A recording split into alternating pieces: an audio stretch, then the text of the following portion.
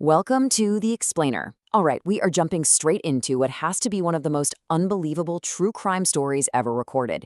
Today, we're unpacking the incredibly dramatic narrative of a man who didn't just run a criminal enterprise, he effectively ran a shadow nation. This is a story of immense power, unimaginable wealth, and absolutely ruthless ambition. To really wrap your head around the scale of Pablo Escobar's power, you just have to look at this number. By the late 1980s, his net worth hit $25 billion. He was literally the seventh richest person in the world. To put that mind-boggling wealth into perspective, he personally held cash equal to nearly 65% of Colombia's entire gross domestic product at the time. We're talking about one guy carrying more economic weight than the actual government itself. And that immense leverage brilliantly illustrates his golden rule: plata o plomo, silver or lead. It was a terrifyingly simple proposition, really. Take his bribe, the silver, and become wealthy beyond your wildest dreams. Or choose the lead and face absolute destruction for you and your entire family. It was this brutal law that kept politicians, police, and judges firmly in his pocket. Part 1. Rise of the Cartel, from petty theft to empire. So Escobar actually made this crazy childhood vow to either become a millionaire by age 22 or take his own life. Growing up pretty poor, he took to the streets to make that happen. He started out doing kind of small-time stuff, selling fake diplomas, sanding down stolen tombstones, but he quickly escalated to car thefts and kidnappings. And you can see his utter ruthlessness early on. In 1971, he kidnapped an industrialist, demanded a $50,000 ransom, and get this, even after getting the money, he mercilessly killed his victim anyway, just to establish his reputation. Then by 1976, he figures out that the real money is in the boom in cocaine trade, and he founds the Medellín Cartel. He utilized these incredibly bizarre but highly effective smuggling methods to move immense quantities of product.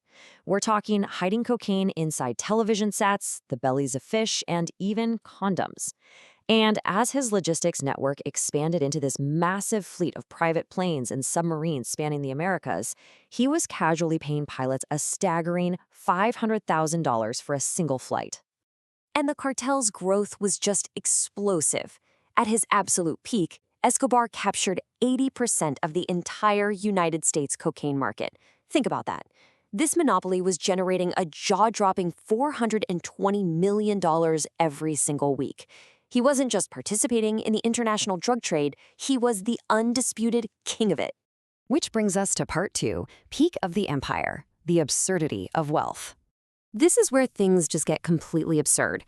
The operation generated so much physical paper currency that they literally couldn't even count it anymore. They actually had to weigh it.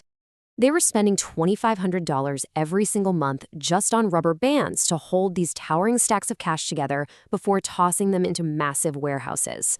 You know you're rich when you literally don't care that rats are eating your money. Their wealth was so massive that they simply accepted losing billions of dollars annually.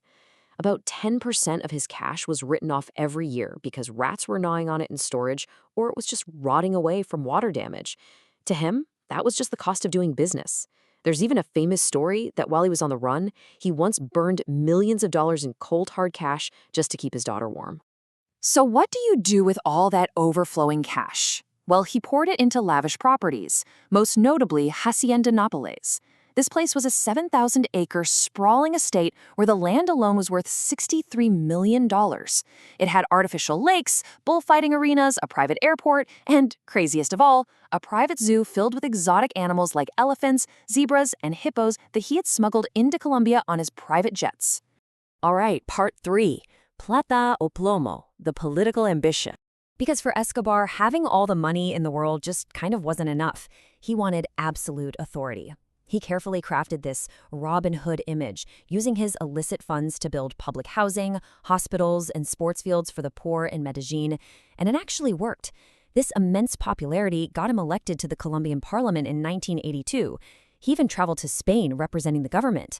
But his political dreams came crashing down completely when Justice Minister Rodrigo Lara Bonilla and the press finally exposed his criminal empire, forcing him to resign in 1984. Which leads into Part 4, Violence and Fear. Narcoterrorism escalates. So with his political dreams crushed and the terrifying threat of extradition to the United States looming over him, he turned his immense wealth into a literal weapon of terror. The escalation was rapid, and it was brutal. It started with the assassination of the justice minister who had exposed him. Then, he actually funded a left-wing guerrilla siege on the Supreme Court, just to burn thousands of extradition documents. By 1989, he's assassinating presidential candidates. And in November of that year, he blew up a commercial airliner, Avianca Flight 203, killing over 100 innocent people, all just to target one politician. A politician who, by the way, wasn't even on the plane. Throughout his reign of narco-terrorism, turning the rain-soaked city streets into literal war zones, Escobar was responsible for over 4,000 murders. This devastating toll included the targeted deaths of over 600 police officers, along with judges, journalists, and countless civilians. Part 5. The Ultimate Hunt, the Gilded Cage. Terrified of being extradited to an American prison where his money couldn't save him, Escobar essentially declared war on his own country until the government finally agreed to an unbelievable compromise.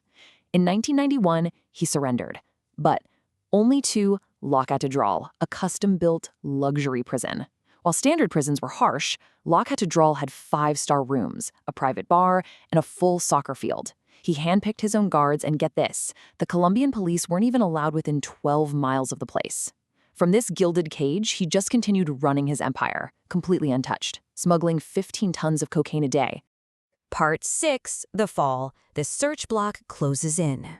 Well, his arrogance inside La Catedral eventually triggered the most intense manhunt in history.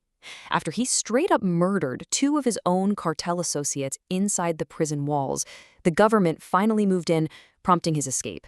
Suddenly, he was being hunted by a massive, unprecedented coalition. He was caught between official government forces, like the elite search block and the US DEA, and a shadow organization called Los Pepes. Now, Los Pepes was a ruthless vigilante group made up of his cartel rivals and the families of his victims. So while the police hunted him officially, Los Pepes systematically dismantled his cartel, bombing his properties and eliminating his loyalists, leaving him completely isolated. And the final operation unfolded with cinematic intensity on December 2nd, 1993. It happened in 3 rapid steps. First, using U.S. technical assistance, authorities traced a lengthy phone call he carelessly made to his family to celebrate his 44th birthday. Second, they raided his unassuming hideout right there in Medellín. And finally, a fatal, incredibly tense shootout erupted across the rooftops of the city. And just like that, the king of cocaine fell on those rooftops.